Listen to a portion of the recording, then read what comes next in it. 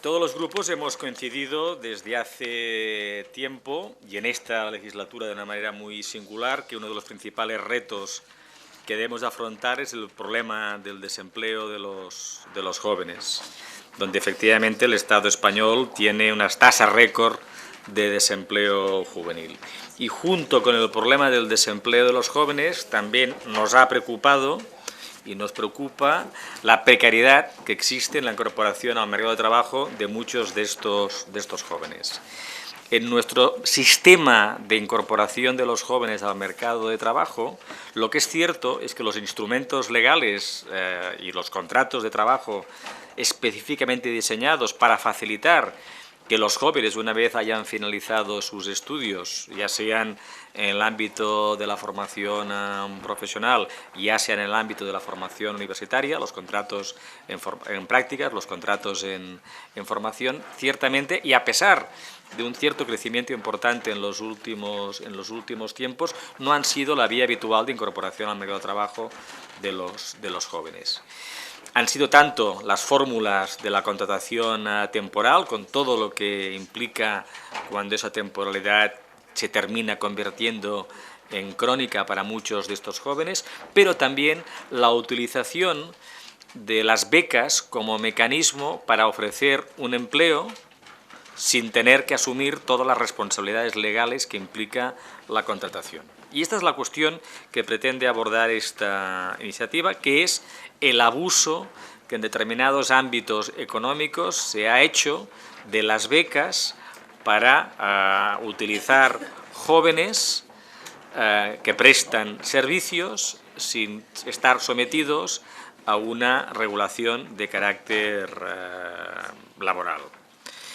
Por tanto, el encubrimiento de puestos de trabajo por parte, a través de becas. Decía que es una cuestión que nos ha preocupado. Y en la pasada legislatura se produjeron modificaciones importantes y positivas, por ejemplo, en el ámbito de los jóvenes investigadores, donde en la ley de la ciencia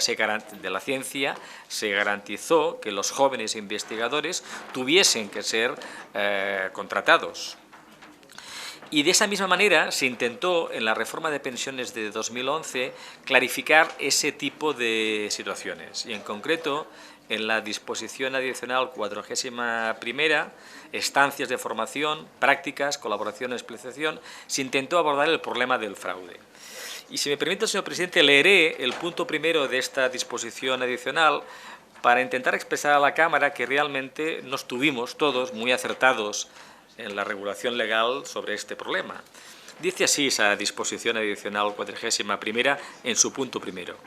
Las ayudas dirigidas a titulados académicos con objeto de subvencionar estancias de formación, prácticas, colaboración o especialización que impliquen la realización de tareas en régimen de prestación de servicios deberán establecer en todo caso la cotización a la Seguridad Social como contratos formativos, supeditándose a la normativa laboral si obliga a la contratación laboral de sus beneficiarios o a los convenios o acuerdos colectivos vigentes de la entidad de adscripción si establecen mejoras sobre el supuesto de aplicación general. Es un redactado ciertamente enrevesado que no está ayudando a pretender aquello que se querría resolver, que es que titulados ya, personas ya que se han licenciado, que se han graduado, realizan actividades en forma de beca, que según esta normativa, el espíritu que teníamos era que debía de efectuarse esa beca a través de un contrato en prácticas o cualquier otro tipo de contrato, ¿no? Y por tanto, los problemas continúan existiendo. El punto segundo de esa disposición adicional 40ª instaba a la Inspección de Trabajo a hacer campañas para erradicar esta situación, y el punto tercero mandataba a las administraciones públicas que tenían ayudas concedidas para estas becas a regularizar esa situación. Por lo que le consta a este grupo parlamentario, los problemas continúan existiendo.